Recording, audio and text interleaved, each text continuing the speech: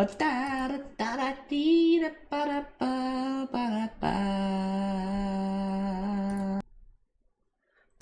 ba ba, ba ba ba, boo, ba ba.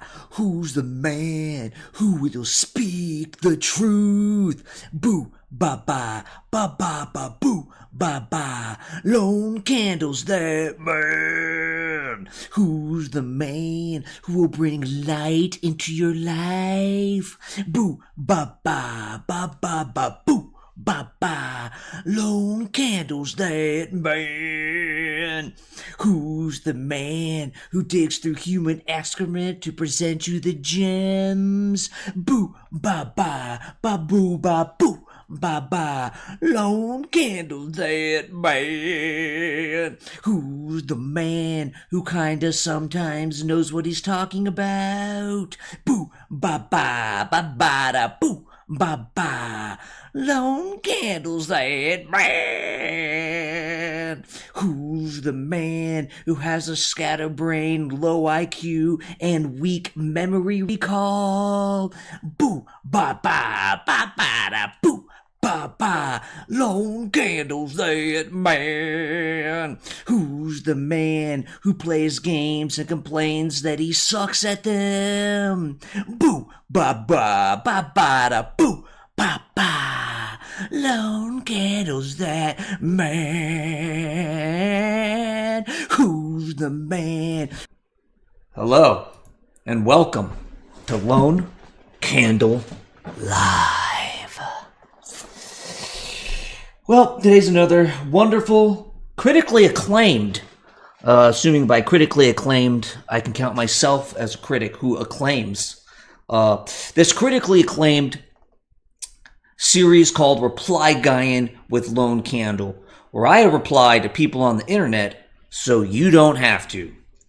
It makes sense. Anyways, let's get to the substance here. Let's get down to substance. And today, I forgot I wanted to do a little preamble about this day, because for those that get a title, Twitch you don't get a title, but for Facebook and YouTube you do get a title. I've titled this something like, Elon Musk is incompetent politically. Now, notice what I mean here is not that Elon Musk is incompetent, period. He's obviously not incompetent, period. Not that he's not incompetent when it comes to manipulating the political system or getting what he wants from the political system. Nope, not saying he's incompetent there. What I really mean is when it comes to Elon Musk's thoughts on politics, his ideologies, his beliefs, his understanding of how things work on the variety of policies that all of us as citizens may be interested in, he's a biased hack. He's incredibly incompetent on those things. Now, that can be true while also recognizing that Elon Musk is a very smart man. Very smart man. Very smart. Elon Musk, ooh, he's a smart man. He's a very smart man. Frankly, I deeply respect his vision, his entrepreneurship, and his businesses. What he built is amazing. I deeply respect Elon Musk for that. He's like one of the great men of our time because of that. But this can be true while he's also incompetent when it comes to his understanding of political issues and how the government works in certain ways. Now, again, I don't know for sure that he's incompetent. He might just be a giant troll, and he also might just be doing all of this as a lie to manipulate the system so that he can get what he wants from it. So he says things he knows aren't true, he knows are dumb, in order to get what he wants personally from the government. That's definitely a possibility. So I've got to throw that out there. But either way, I think when a man with the reach of Elon Musk is repeatedly saying just blatantly dumb and misleading things, we got to call it out. And so I just have a small sample of that today based on Elon Musk's own Twitter. And most of these are older. So that says 2024. This one's 24. Yeah, a lot of these are from 2024. That's just because that's where I was drawing from. That's the only reason it's from that time frame. It just happens to be, that's my own Twitter history I was going through and pulling these out. And they're on my history because I've commented on them. Hence, I replied. Hence, it's Reply Guy. All right, so let's go through these and hopefully we learn a little bit and be entertained and shower me with praise for this video. Praise and money. which is really all I do this for, is for praise and money. And I get none of it. Anyways, Elon Musk. Given the unequivocal mandate given to @RealDonald Trump from the people of America, winning not just the electoral college by a landslide, but also the popular vote, Senate and House, there will be none of that nonsense this time. They won't even try. So there's probably a lot of things you could say here, but I really want to say two things. One, let's make sure we have our facts right. Trump didn't win the popular vote in a landslide. He didn't win the majority of the popular vote. He got a minority of the popular vote. He got more of the popular vote than Kamala Harris, but he got less than 50% of the popular vote. Meaning, in the 2024 general election, Donald Trump, in the 2004 general election, less than half the people who voted for Donald Trump. Now, Donald Trump still won. We don't determine who won in this system by who gets the majority or even who gets the most votes. It's by who wins the electoral college, and those are the rules of the game. I would prefer they not be it, but those are the rules. So he is the legitimate president. Trump won fair and square. But to say he won in a landslide is not true. Frankly, even just looking at the electoral college, it's not as much as a landslide as it seems. They've done analysis, and if you look at the actual margin he would need in enough states to switch it so that he lost, it was actually pretty small. He only won by a few percentage points. As in, if all the states where the difference was those few percentage points or less, flipped by those few percentage points, Harris would have won. When a few percentage points is not a landslide. So it wasn't really a landslide. It felt like it on the night because it broke so heavily on the map in his way. But the actual margin wasn't that small, although it was bigger than some recent close elections. But anyways, so it wasn't a landslide for sure on the popular vote. Even electoral college, I don't think when you really think about it, it was a landslide because it wouldn't have taken that much to flip it, which means it's not a landslide. But it was a bigger win than we've had, and he did win. Okay, so what's the other thing I want to critique here of Elon Musk's comment and thinking? Here, he says it's an unequivocal mandate. Now, he didn't say it's a mandate, it's unequivocal. Because he won all of this. So this is more critique of the idea of a mandate in general, but especially an unequivocal one. So when you say a political leader or the president has a mandate, we often mean the people have spoken. The people want what Trump said he's going to do. They want him to do that. And that's just not true. All the different people, even if you win by 80%, if you get 80% of the popular vote, that's not true. Because those 80% of people, those millions of people who voted for you, well, they all voted for you for different reasons. Some may like this policy. Some may like this policy. Some may have thought you were funny. Some may have just thought you looked strong on TV. Some may have just really disliked your opponent. There are 1,000 different reasons why different people voted for you. And so to say, oh, look, all these people voted for me, therefore I have a mandate to do what I want, when they didn't vote for you because they actually want you to do that thing, it just kind of doesn't make sense. Now, to some extent, you did win the election, so you have the powers of the presidency, and you do have some support. You have a honeymoon period where people generally support you and give you a chance, and you could call that a mandate. But saying, oh no, it's an unequivocal mandate to do what I want, which essentially is what this is saying, well, that's nonsense. That implies that, no, the people voted and they want you to do this thing and that thing and that thing. Nope. They all voted for a bunch of different reasons, and probably it ends up being a minority for a lot of those that actually even want you to do that. Or even if a majority do want you to do that, that's not why they voted for you. So, Elon Musk acting like the mandate is some clear thing that gives someone, is a clear thing and that it can even be unequivocal. It's just nonsense. It's just nonsense. Let's see what I wrote. I said, for sure, not an unequivocal mandate. A whole bunch of people voted the other way. And the people that did vote for Trump voted for a variety of reasons, and many of them won't support policies he actually implements. And remember, this is November 2024, so Trump won the election, but I don't even think he's president yet, because that happens in January, right? Yeah, so he's not even president yet. He just won that election. Okay, next one. Now here, Trump said, defund NPR. It should survive on its own. which, there's a deep debate of whether, the government should have any money going towards NPR or not. And so this really isn't a critique of just the idea that you should defend it. But instead of making some good argument for why we should defend it, or showing a video that is just a really key reason to defund it, he shows a video that has already gone viral. This has gone viral already. It's someone who was involved in running NPR who had some dumb opinions. Okay? So someone had some dumb opinions who ran the place. That doesn't mean they necessarily ran it poorly. Doesn't mean you could just replace her with someone else. It doesn't really tell you much at all. And so Elon Musk, vast reach. Anything he posts has massive reach. And he makes a clear statement, defund it. And it should survive on its own. Okay, well, it's not any argument here. It's just stating his conclusion. Both of those are just stating your conclusion. Neither of those is an argument.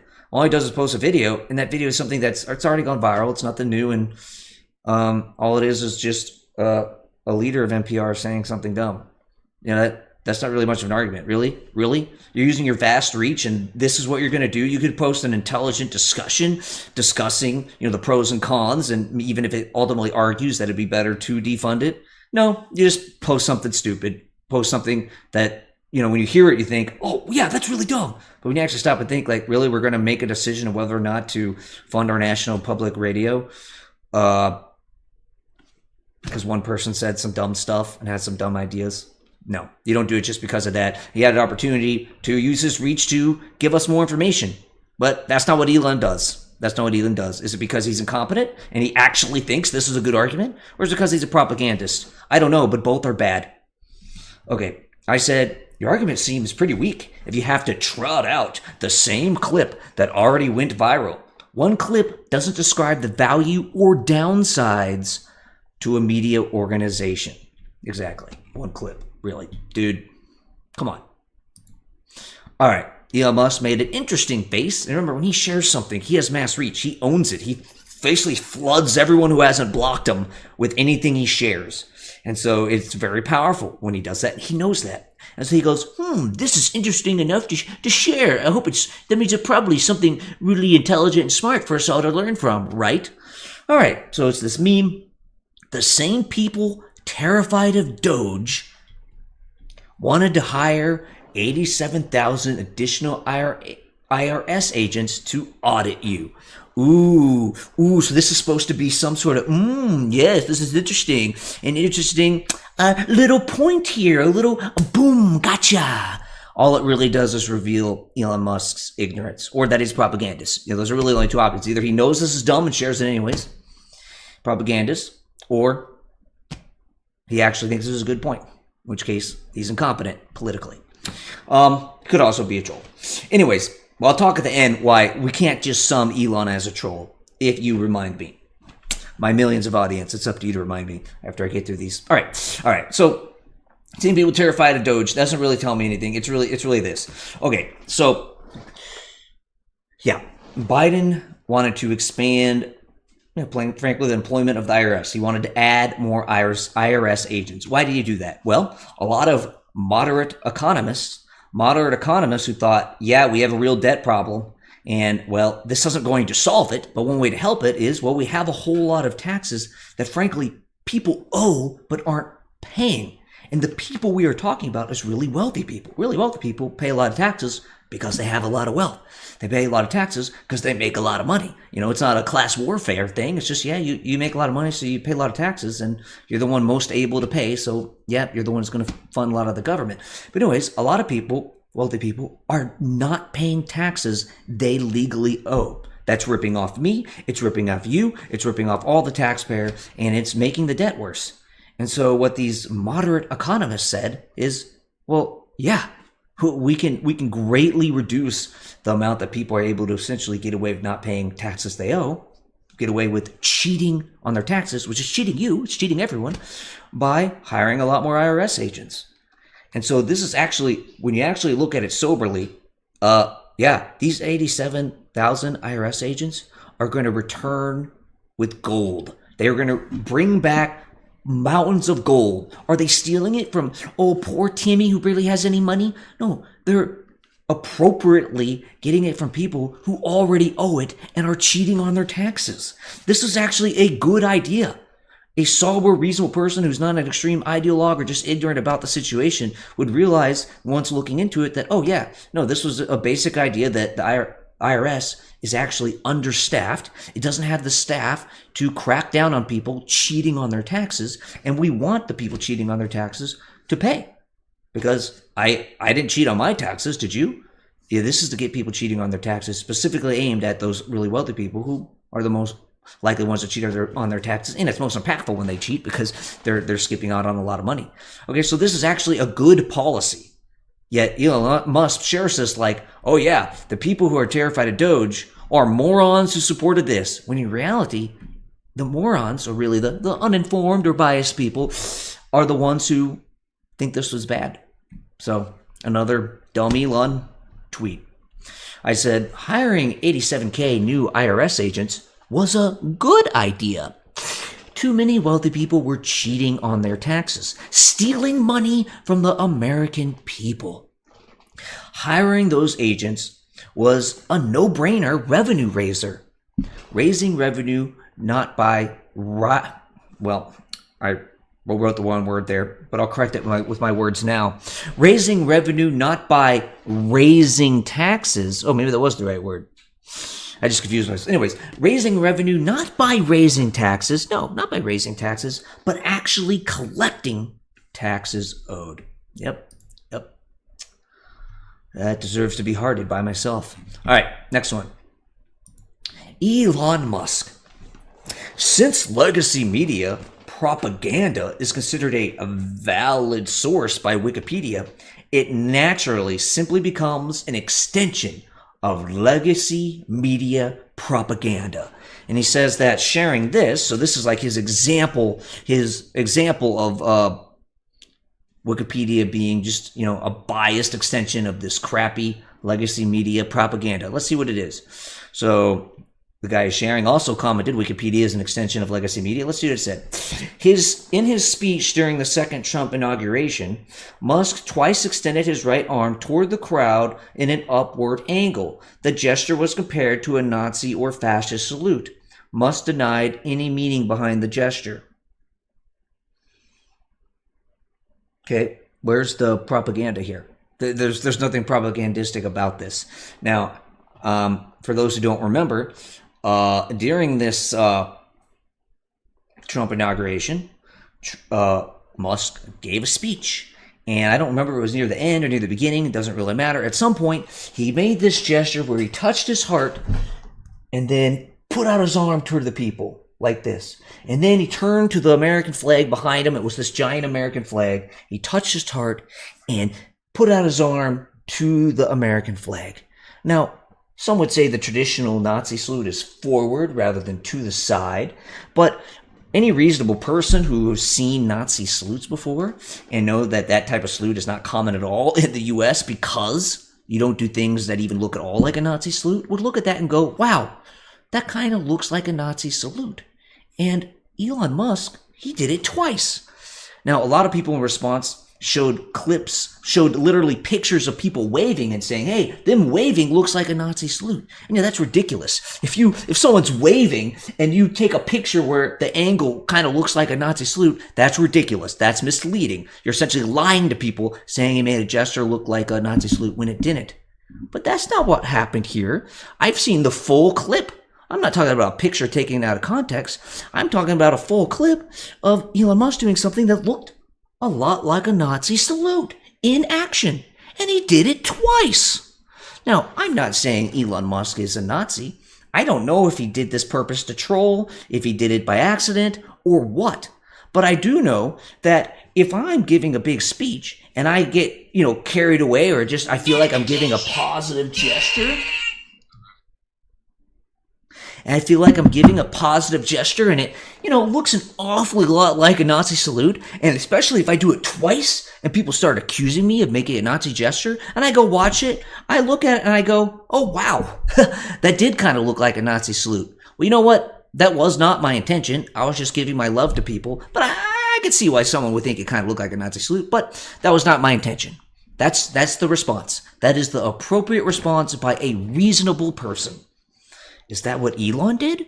Well, I saw him on Twitter a bunch of times just insulting people and just saying it's ridiculous that anyone could even think that looked like a Nazi salute. No, the facts are it obviously kind of looked like a Nazi salute. He did it twice. It wasn't taken out of context like a lot of people's response comparisons were.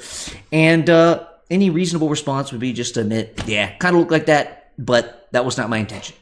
Which was not his response. His response to insult people and to repeatedly and essentially say people who claimed it looked like a Nazi salute were liars or propagandistic, just propagandist.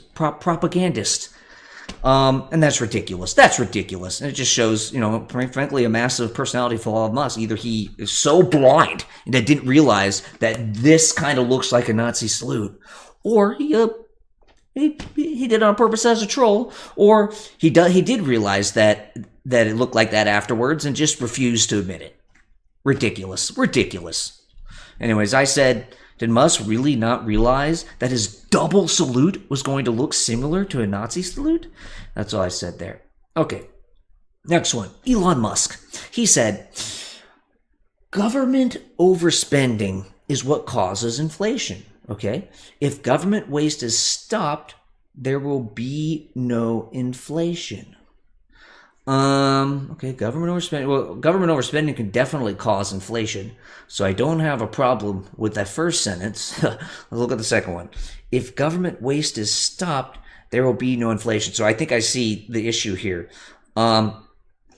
First statement, a little misleading because it's not the only cause of inflation. There's other causes to inflation than government overspending, but it's certainly a key cause. So I will point out this is a simplification and exaggeration, and it's false to say overspending is what causes inflation, although certain economists will argue it is. And so, okay, government overspending is what causes inflation, but then over here he says if government waste is stopped, there will be no inflation. What? Well, that doesn't make sense. That almost makes it seem like Elon Musk thinks a big part of U.S. government spending is waste. And there's two ways to look at that. Waste is actually a somewhat technical term that means essentially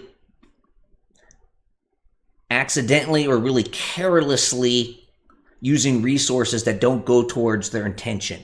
And so like if you got an apple farm and you carelessly put your apple crate on the back of your truck so that when you go over a small bump, the crate falls out and you lose all those apples, that would be waste.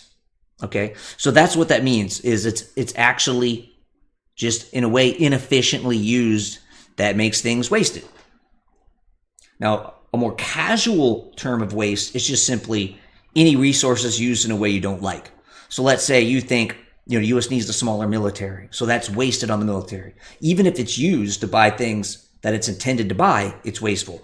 Or let's say you don't think old people should get help with their medical bills, and so that means even if Medicare, a vast majority of the spending goes towards medical bills, well, you think that's waste because you just think it shouldn't be doing that. And so one thing is just immediately being confusing. Which is he using? Is he using just that he thinks Medicare and Social Security are bad ideas? Because, by the way, that's what much of government spending is, by the way, majority of it. Or does he actually think the waste in government is so high that getting rid of that would affect inflation? But waste isn't high enough to affect inflation. You should definitely get rid of as much as you can.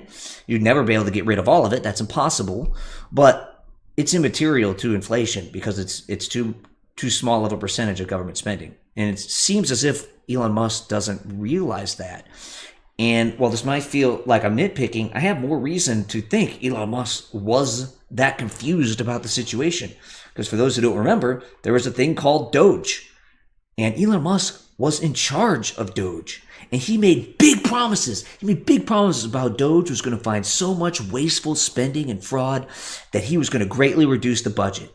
Well, you know what? Doge didn't come anywhere close to those promises. In fact, it was immaterial on the overall budget. So he made big promises. He failed to reach them. Wow. Why did he fail? because most of this massive spending the government does isn't actually waste. It's on actual programs. And so it looked like Elon thought, oh yeah, there's a bunch of waste. I'm an efficient businessman. I'll go make sure and end that waste. And then when he actually got what he wanted, he got his own little department, he failed miserably because most of it wasn't waste. And so he was an epic failure as someone, actually working in government. All right, what did I say? Government waste and government overspending are not the same thing. Right. So that's essentially the same amount I paid, but much more efficient. Government overspending and government waste are not the same thing. 'Tis true, Lone Candle, 'tis true. All right. Elon Musk said, no bill should be passed Congress until January 20th, when @real Donald Trump takes office. None. Zero. That's what Elon said. So this is December 2024. Okay, when we elect presidents and Congresses, we elect them for a period of time. That period of time where they stay in power and can pass bills and sign bills if they wish goes for their entire period in power. It doesn't end after an election for the next period. That's ridiculous. Their power goes the entire way. So demanding that because, you lost this election, you can't use your last month or weeks in power to pass anything is ridiculous. No, these people were elected to do a job. They are still in power. They still have the right and authority to do that if they wish. So just to say, no, none, that's just, no. You say that because you don't like them. Would he say the same thing for politicians he likes or might do things he likes? Probably not. And it just misunderstands how government works, how democracies work. Nope, you're in power. You can still do work for the people, even if you lost the election, until the end of your term. Nonsense declaration. Elon, you just made a nonsense declaration, you fool. What nonsense? The current Congress and president's terms exist until their official end date.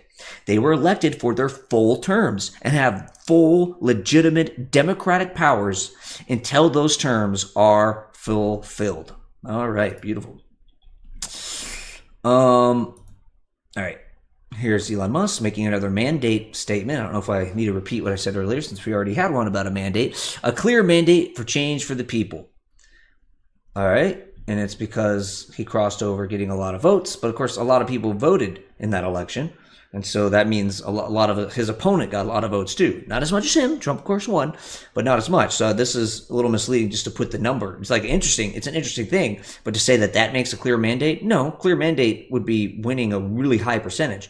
In fact, Trump got less than 50% of the vote. He got more than Harris, but he got less than 50%. So he actually still won, but it wasn't some obvious clear mandate. And of course, the idea of the mandate, it's a little silly since people are voting for all sorts of different things, different reasons. And so you don't really have a clear mandate to do anything.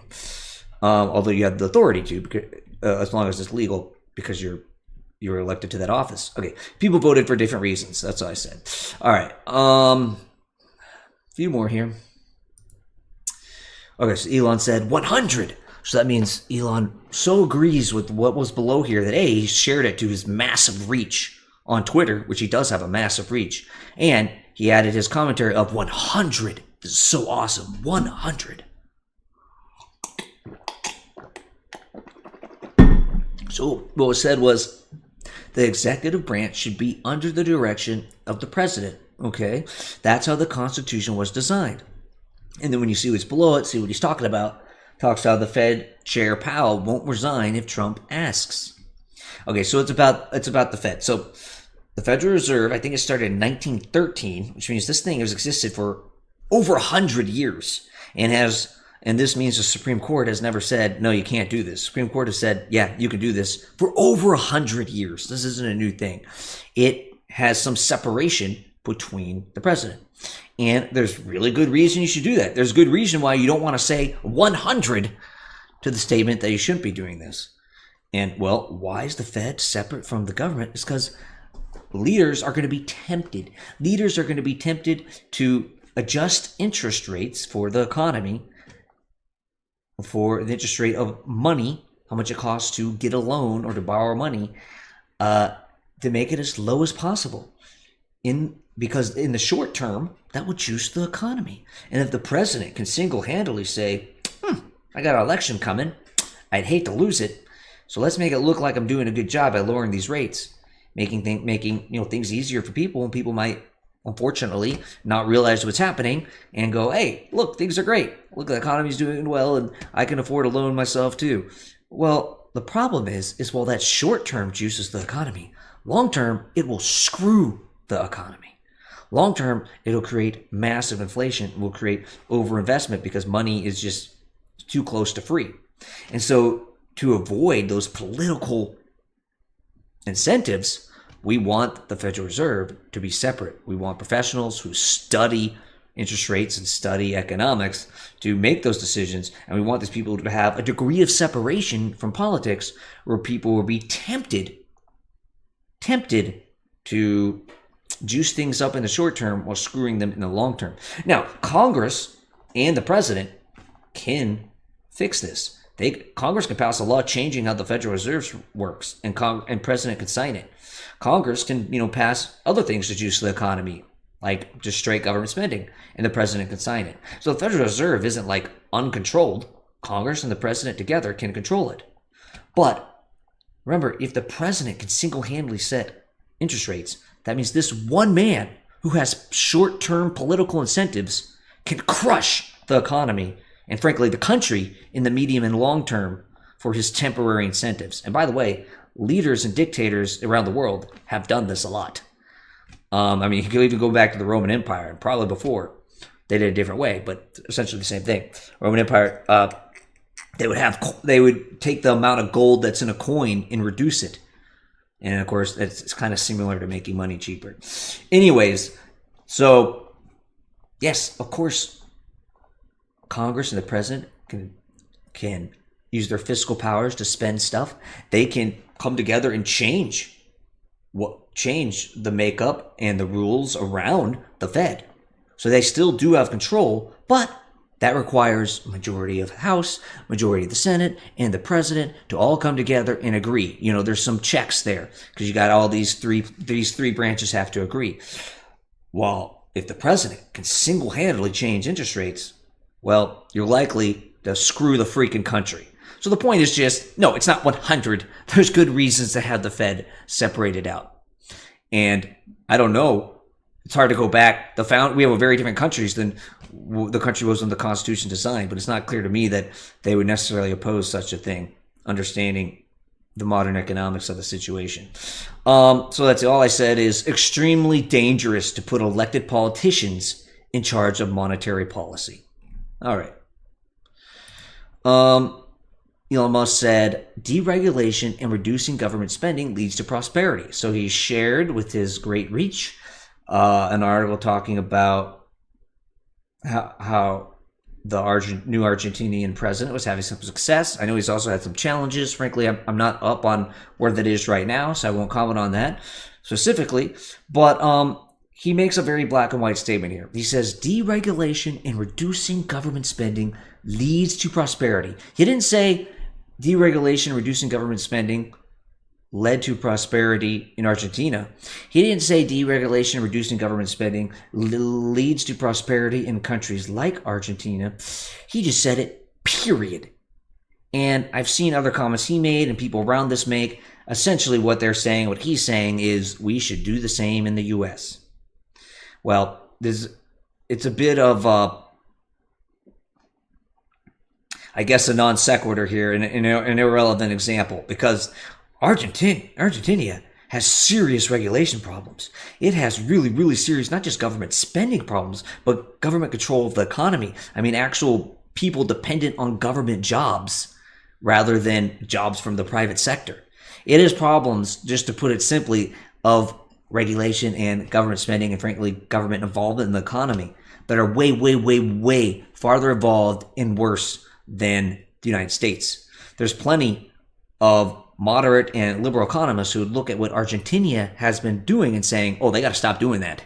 They need to reduce their spending and deregulate. And they would look at the U.S. and say, no, we are nothing like that. And so this doesn't mean we don't have a spending problem in the U.S. and that we shouldn't look at deregulating certain areas in the U.S. No, I'm not saying that at all. But I'm saying to use this as an example, you're basically taking an extreme case and applying it black and white to everyone, which is what this sentence implies. That's utter nonsense. That's utter nonsense. And of course, they're also using an example for the U.S. and it's just not. Their situation's so different. It's not clear it has anything to do with the U.S. All right. So I said the United States and Argentina are not in the same situation. We need careful reform, not bombs. Or Argentina's in such a hole where they might actually need something like this, like what this president is doing there. So anyways, I'm actually someone that's in favor of careful deregulation where it's necessary and in getting the debt under control, which is going to require reducing government spending. And those are going to be really tough choices. You're not going to be able to go and blow things up and cut all the waste like Trump really thought he would do. He made promises like he was going to do that with this Doge, and it massively failed. And this just shows he's completely incompetent about the actual issue when he thinks this is a key example. But we have to make tough choices, really tough choices about, well, maybe we need to pay doctors less for Medicare. Maybe people have to start getting Medicare later, or we really got to limit what we can pay for, or we've got to make sure we're actually taxing people properly who resist it and use their massive money to resist it.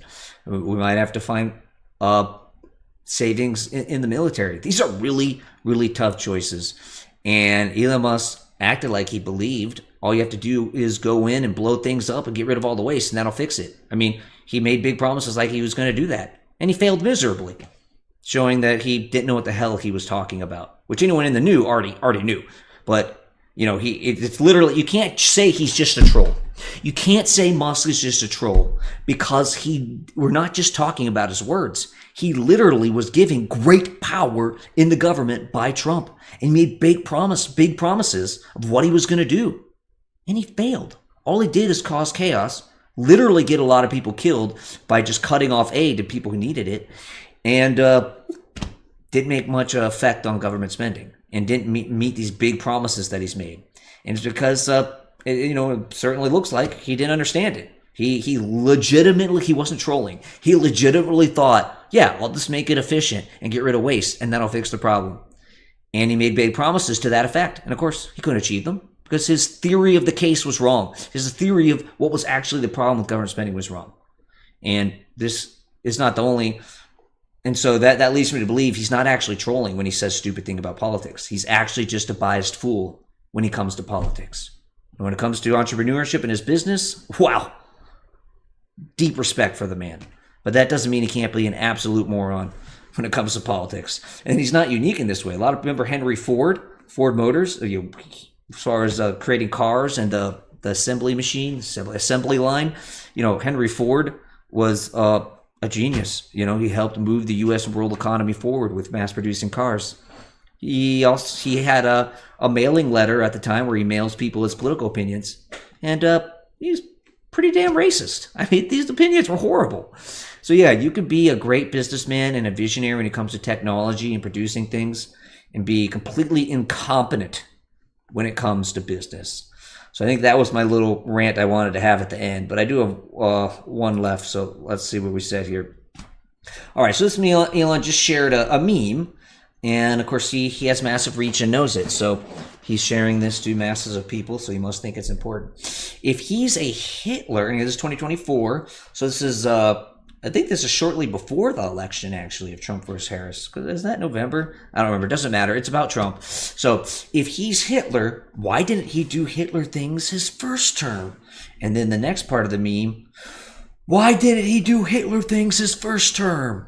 Okay, so A, it's a straw man. Sure, people out there call him Hitler, but there's a much more serious argument and concern about Trump that isn't simply calling him Hitler. So just attacking the weakest argument and ignoring the strong ones is a form of a straw man. And secondly, it says, and why did he do Hitler things his first term? He did do Hitler things his first term. Now, that's why needs an important asterisk. What Hitler's most known for is killing 6 million Jews and starting World War II. Trump did neither of those things. So obviously, the things that Hitler is most infamous for, Trump didn't do. But that's not all we know Hitler for. We know him as a great example of a dictator. Hitler literally took a democracy and turned it into an autocracy. Well, Trump broke the rule of law in his first term. Trump literally tried to overthrow U.S. democracy near the end of his first term. Now, Hitler overthrew U.S. democracy. He used violence to overthrow, not U.S., but German democracy. Trump, after he lost to Biden, encouraged people to go to the White House and make sure he gets to stay president even though he lost. Not only did he encourage them, he didn't do what he could have done with his power of president to stop it. He just watched on TV. We know this. This has been reported. We have the text that were going to Trump live saying, "What are you doing? Why aren't you stopping this?" from his own family and supporters. So Trump literally encouraged violence to overthrow U.S. democracy. Because, by the way, if that coup would have succeeded, if that violent takeover of U.S. Congress, which literally happened, there was a violent takeover of the U.S. Congress, if that would have led, like its intention was, their intention was to do, to Trump staying in power, even though he lost an election, the U.S. wouldn't be a democracy. So Trump tried to use force, or at the very least, he encouraged and then didn't do it what was his duty and responsibility as president to do, to stop people from overthrowing democracy. And that was at best, actually. At worst is, no, he did that on purpose. And either way, he essentially took actions and didn't do his duty to stop other people's actions in such a way where basically Trump used violence to try to overthrow U.S. democracy. Well, that's one of the things Hitler is famous for doing. That is a Hitler thing to do. You don't have to mention Hitler in that, probably not helpful, since we also associate Hitler with killing 6 million Jews and starting World War II. But yeah, overthrowing German democracy is how Hitler, maintained his power in Germany, and then started World War II and killed 6 million Jews. And that's what Trump literally tried to do. He also broke the rule of law other times in his first term, which when you break the rule of law, that is a crushing of democracy. Democracy isn't just voting. It's that our leaders, when we elect them to power, those power have limits. Those limits are within the law. When Trump was breaking the law, well, that is constricting democracy. And so that is a, quote, Hitler thing to do. Now, because this says a Hitler thing to do, I'm talking about Hitler. When I critique Trump, I don't go, well, that was a Hitler thing. That's not where I come from. I don't think that's a good approach, because Hitler's associated with other things. And so I don't think Trump is the same as Hitler. Do not get me wrong. But this is completely misleading when it's just like, oh, why didn't he do Hitler things? Well, A, you're attacking a straw man. Just simply calling Trump Hitler is a dumb argument, and you're attacking that straw man. But also, Trump did do Hitler things. He did do authoritarian things that, if more successful, would have ended U.S. democracy. So one thing that made Trump less like Hitler, because they attempted a similar thing by using force to end the democracy of their country while they were the leader of that country. One thing that was different, it was that Hitler succeeded and Trump failed. So yeah, Trump literally did do Hitler things, and it's a straw man. And those are kind of the 2 points there. Okay, what did I say? I said, I don't think he's Hitler. But he did try to stay in power despite losing an election, which would have ended U.S. democracy for the time being. That's a pretty good start. That's a pretty good start to beat Hitler. And of course, Elon seems oblivious to that. And so Elon Musk, great entrepreneur, great businessman, and I honestly respect him for that. But when it comes to his thoughts and opinions on politics, they're not even respectable. They're not even close to respectable. And I don't think we could just call him a troll, because he actually had governmental power with Doge. And, he tried to execute what he apparently believed. And none of it made sense, and it failed miserably. And he made a bunch of promises and didn't even come close to succeeding at them, and frankly caused a lot of harm. So it's pretty clear Elon Musk is incompetent when it comes to how government works and when it comes to governmental policy. All right, well, that's Reply Guyan with Lone Candle, and I am Lone Candle, so please like me, comment me, love me.